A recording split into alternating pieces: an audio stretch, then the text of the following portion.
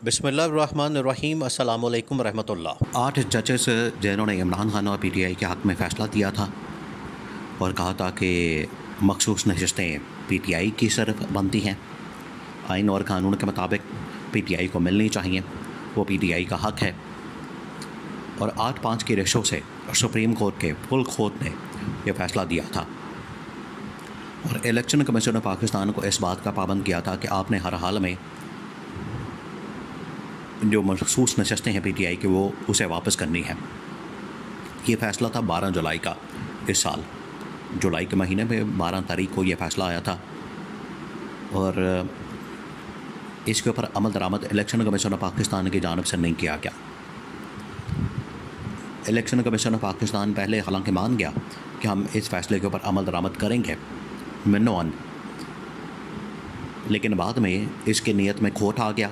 नीयत में खोट असल में जब इन्होंने हुकूमत के साथ साजबाज की, हुकूमत के साथ साजिश की, हुकूमत के साथ मिलकर एक गठजोड़ बनाया और फ़ैसले के ऊपर अमल दरामद करने से इनकार कर दिया। बाद में इन्होंने ताख़ीरी हरबे इस्तेमाल करना शुरू कर दिया, कभी इसको चैलेंज करते, कभी इसके ख़िलाफ़ रिव्यू पिटिशन डालते, कभी इसके ऊपर गाइडलाइन के लिए सुप्रीम कोर्ट ऑफ पाकिस्तान में पिटिशन डालते। तो इस तरह की ताख़ीरी हरबे। इसी दौरान हुकूमत ने यानी नून लीग ने भी, सुप्रीम कोर्ट ऑफ पाकिस्तान ने इस फ़ैसले के ख़िलाफ़ रिव्यू पिटिशन डाल दी और साथ ही पीपल्स पार्टी वालों ने भी इस फ़ैसले के ख़िलाफ़ रिव्यू पिटिशन डाल दी। अब रिव्यू पिटिशन अभी तक नहीं सुनेगी और डिटेल जजमेंट भी नहीं आई। तो अगर रिव्यू पिटिशन नहीं लगी और डिटेल जजमेंट नहीं आई तो उतनी देर तक ये तमाम इदारों के ऊपर लाज़िम है, तमाम इदारे इस बात के पाबंद हैं कि सुप्रीम कोर्ट का कोई भी फ़ैसला आए, वो किसी भी इदारे को पाबंद करे तो उसके ऊपर अमल दरामद करना उस इदारे की ज़िम्मेदारी है। अब इस मामले में इलेक्शन कमीशन ऑफ पाकिस्तान की ज़िम्मेदारी है कि पीटीआई को उसकी मखसूस नशस्तें उसके हवाले की जाए, लेकिन यहाँ पर एक मसला बन गया। मसला ये बना कि अब आईनी तरमीम हुकूमत ने, नून लीग और पीपल्स पार्टी ने मिल के पास करवानी थी और आईनी तरमीम के लिए इनको नंबर गेम चाहिए था 2/3 मेजॉरिटी का।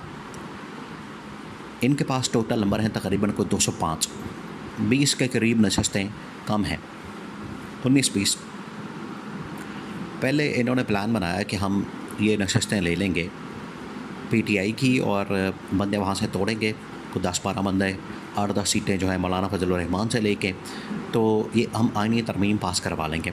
अभी ये इनका प्लान बन ही रहा था, अभी इनका ये प्लान चल ही रहा था, ये लोगों को मैनेज कर ही रहे थे, बंदे पकड़ के इधर उधर कर ही रहे थे, उनके ऊपर प्रेशर डाल रहे थे, उनको इन्फ्लुएंस कर रहे थे, उनके ऊपर तशद्दुद कर रहे थे, उनको ब्लैकमेल कर रहे थे, उनको लालच दे रहे थे, उनको इक़्तिदार दिखाया जा रहा था, उनको वज़ारतें ऑफ़र हो रही थी, उनको पैसा ऑफ़र हो रहा था। तमाम हरबे और हथकंडे पॉजिटिव और नेगेटिव इस्तेमाल किए जा रहे थे।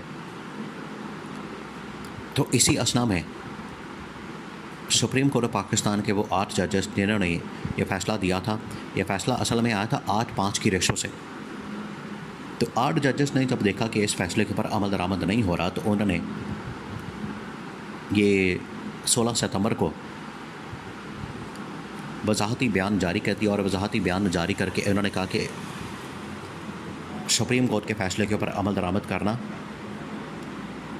तमाम इदारों की ज़िम्मेदारी है और तमाम इदारे इसके ऊपर अमल दरामद के पाबंद हैं। लेकिन उन्होंने फिर भी अमल दरामद नहीं किया। जब ये वजाहती बयान सामने आ गया, वजाहत सामने आ गई, तो उसके ऊपर जो चीफ जस्टिस कादी फाइज ईसा हैं, उनको पता लग गया कि ये रास्ते के अंदर रुकावट पैदा कर दी है आईनी तरमीम के, क्योंकि आईनी तरमीम का बराह रास्त बेनिफिशरी कौन है? कादी फाइज ईसा। जब आईनी तरमीम के रास्ते के अंदर ये फ़ैसले की वजाहत इसने आके रुकावट पैदा कर दी, इसने आके बीच में मसला पैदा कर दिया, कादी फाइज ईसा की एक्सटेंशन रुक गई।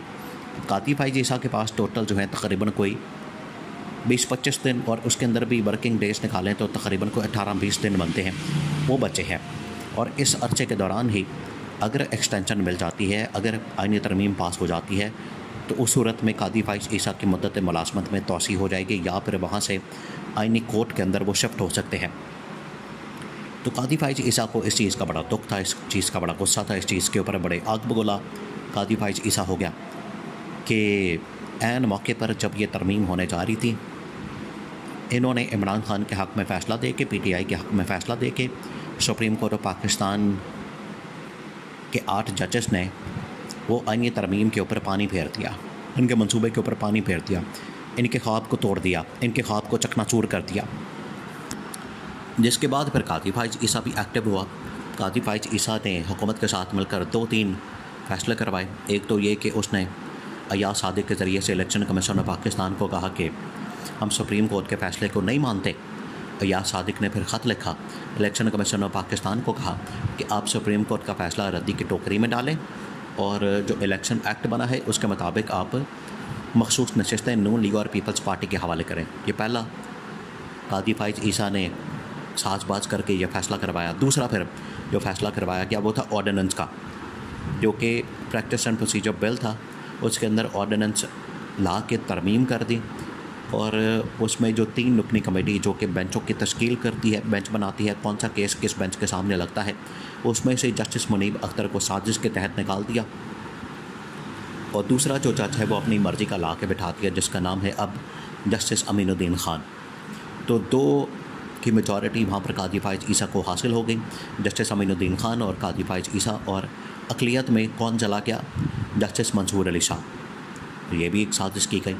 फिर काजी फाइज ईसा ने यह हरकत की कि 8 जजेस के फ़ैसले को बिल्कुल मुस्तरद करते हुए सुप्रीम कोर्ट के रजिस्ट्रार को ये ख़त लिख दिया कि किसके कहने के ऊपर 8 जजेस की जानिब से ये वजाहती बयान जारी किया गया, किसके कहने के ऊपर 8 जजेस ने यह बयान जारी किया। क्या कोई कॉज लिस्ट जारी की गई?